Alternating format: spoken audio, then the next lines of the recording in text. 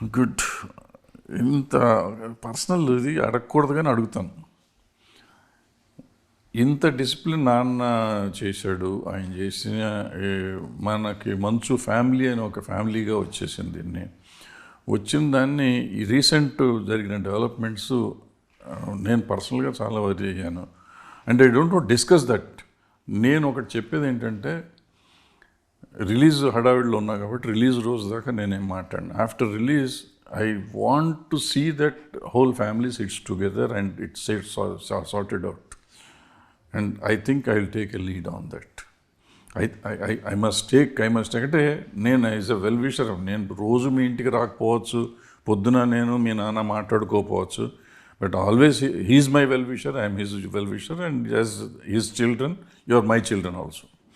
So నాకు మనోజ్ అంత close, నువ్వు అంత క్లోజు, లక్ష్మి అంత క్లోజ్, చిన్నప్పటి నుంచి వాళ్ళు అంకుల్ అంకుల్ అని పెరిగినాడు మీరంతా. నాకు నిజంగా మా ఇంట్లో జరుగుతున్నంత బాధ వేస్తూ ఉంటుంది ఇది చూస్తూ ఉంటే. Somehow I wanted to see this. మా అయితే మీరు తిడతారు అంతే కదా, గెటౌట్ అంటారేమో. అలా అయితే మోహన్ బాబు గారు పిల్లలుగా ఉండవు కదా అంకుల్. సో నేను but I'm very much worried. I will speak to Manoj also, but this should be sorted out. I think మీరు పెద్దవాళ్ళు, ఐ రెస్పెక్ట్ యువర్ వర్డ్. ఏ రోజు పుట్టినప్పటి నుంచి మీ ముందు పెరిగిన వాళ్ళని నేను, whatever you say I 100% adhere to it. See అల్టిమేట్గా మీరు కాబట్టి నేను మాట్లాడుతున్నాను uncle. I not forget the phone call. మీరు డిసెంబర్ 14వ తేదీ చేశారు. ఫోన్ చేసి మీరు మీరు ఏం చేస్తున్నారు విష్ణు, అసలు ఏంటి హద్దుపద్దు లేకుండా ఉంది, జరిగిన 5 రోజులకే మీరు ఫోన్ చేశారు. I never forget that phone call. ఇండస్ట్రీలో మన తన అని ఉంటుంది అంకుల్. మీలాంటి వాళ్ళు మేము ఎంత ఎదిగినా, మేము రేపు సూపర్ స్టార్స్ అని ఏదైనా సరే ట్రా అంటే మేమందరం రావాలి. ఎందుకంటే మా ఇండస్ట్రీ ఒక కుటుంబం, దాంట్లో మీరు వన్ ఆఫ్ ద పెద్దలు.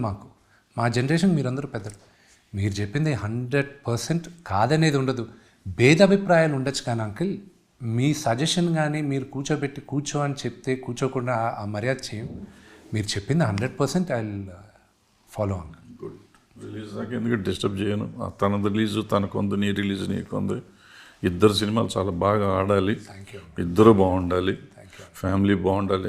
అంటే నాకు ముద్దు వచ్చేది మీ ఇద్దరిని చూస్తాను, ముగ్గురిని చూస్తానంటే. కొంచెం ఓవర్ యాక్టింగ్ చేస్తారు కానీ ముగ్గురు మంచి పిల్లలు అని చెప్తా అందరికీ. ఇప్పటికీ అదే చెప్తాను నీకు. నువ్వు ఓవర్ యాక్టింగ్ కాదంటావు, నాకు అనిపిస్తూ ఉంటుంది, అది వేరే సంగతి. బట్ ఇన్ జనరల్ చాలా మంచి పిల్లకాయలు. సో నాకు నచ్చలేదు అది. That will sort out later. This not the right time for that. And discussion కూడా అనవసరం. But I just wanted to say that. డెఫినెట్గా. Now coming to the film. ఏంటి కష్టాలు ఏంటి, సినిమా ఏంటి, ఇది ఎందుకు ఇంత బర్డెన్ వేసుకున్నావు? ఇంత బర్డెన్ వేసుకుని ఒంటరిగా మోయటం కష్టం కదా, ఎందుకు మోస్తున్నావు? అండ్ ఇంకోటి ఏంటంటే, ఆల్రెడీ 4-5 సార్లు వచ్చిన సినిమా, కొత్త సినిమా ఏం కాదు. దీనికి ఎంత కష్టం ఎందుకు పడుతున్నావు? What is the difference between the other films and this film? Uncle, Kannappa అనేది 2014లో నాకు తనికెళ్ళ భరణి గారు వచ్చి అప్రోచ్ అయ్యారు అంకుల్.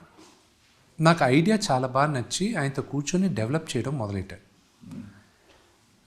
ఆయన చెప్పిన ఐడియాకి నేను అమెరికా నుంచి స్టోరీ బోర్డ్ ఆర్టిస్ట్ని వాళ్ళని వీళ్ళని తెచ్చుకొని అంతా చేసేటప్పుడు ఆయన డిస్కషన్ స్టార్ట్ అయిన 6-7 మంత్స్కే, చూడు నాన్న, నేను ఇది ఒక 2-3 కోట్లు ఇచ్చావంటే నేను ఒక ఆర్ట్ ఫిల్మ్ లాగా నేను నీట్గా చేసిస్తాను, కానీ నువ్వు అనుకునే చాలా పెద్దగా ఉంది, నువ్వు ఫిల్మ్ తీసేసుకొని నువ్వు చేసుకోవాలి.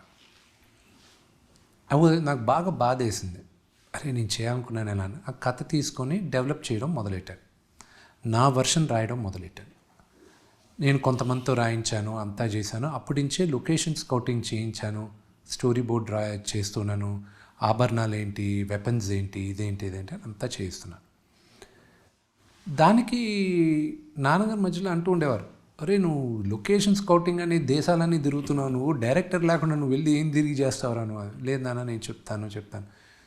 అప్పుడు అనుకున్న బడ్జెట్ దాదాపు ఒక 100 కోట్ల లోపల అవుతుంది అనుకున్నాం. ఎందుకంటే ఇట్ వాజ్ నా మార్కెట్ మ్యాక్సిమం ఒక 20-25 కోట్ల దాకా సపోర్ట్ చేస్తుంది, దానిపైన సపోర్ట్ చేయదు అని అనుకున్నాను. 2023లో ఒక సినిమా చేయాలనుకున్నప్పుడు జనవరిలో ప్రభుదేవ గారు డైరెక్షన్లో నేను చేయాల్సిందే. షూటింగ్ మే నుంచి స్టార్ట్ అవ్వాలి. జనవరిలో అన్న ఫోన్ చేసి ఇప్పుడు ఇది కుదరదులే విష్ణు, ఇప్పుడు వద్దులే అన్నాడు. ఒక 2 రోజులు ఆగి నాన్నతో చెప్పాను, నాన్న ప్రభు అంతా అడిగా ఇప్పుడు కుదరట్లేదు అది. ఆయన ఎందుకు ఆ సీజన్లో మహాభారతం బింజ్ వాచ్ చేశారు ఆయన. ఒరే నువ్వు ఎన్నో సంవత్సరాలుగా కన్నప్ప పెట్టుకున్నావు కదా, రిస్కే కదా, నువ్వు చెయ్యి అన్నాడు.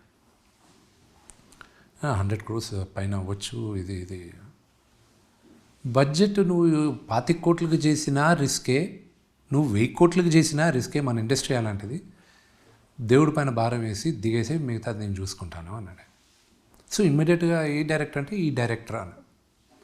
ఓకే అని ఆయన జడ్జ్మెంట్ కన్నా ఏముంది ఒక డైరెక్టర్ ఇలాంటి సబ్జెక్ట్కి. ముఖేష్ కుమార్ గారిని అప్రోచ్ అయ్యాను. ఆయన ఓకే చేస్తానన్నాడు.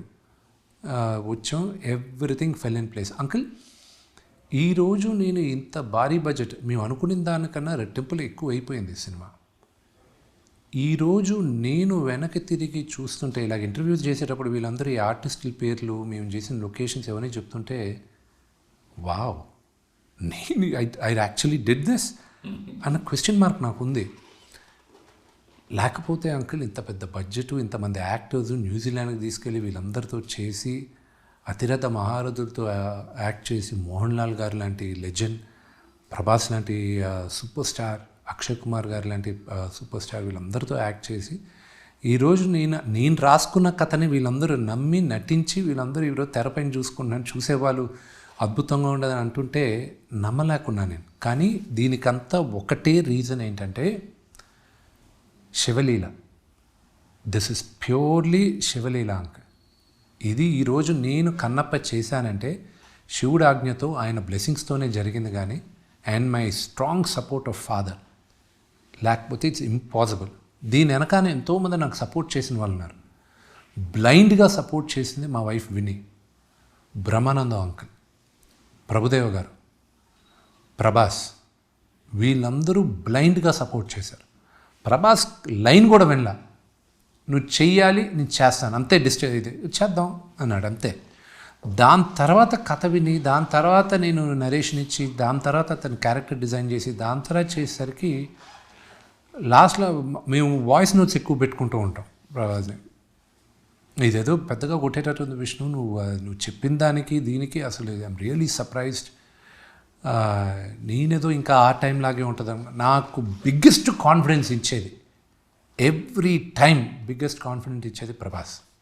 అండ్ రుణపడున్నా అతనికి. నేను చేయాల్సిన అవసరం, మీకు తెలిసిన ఇండస్ట్రీకి నాకన్నా బాగా ప్రభాస్ ఈరోజు ఏషియాలో ఉన్న స్టేచర్కి అతను చేయాల్సిన అనవసరం. కేవలం నాన్నగారి పైన ఉన్న ప్రేమతో, గౌరవంతో అతను చేస్తున్నాడు.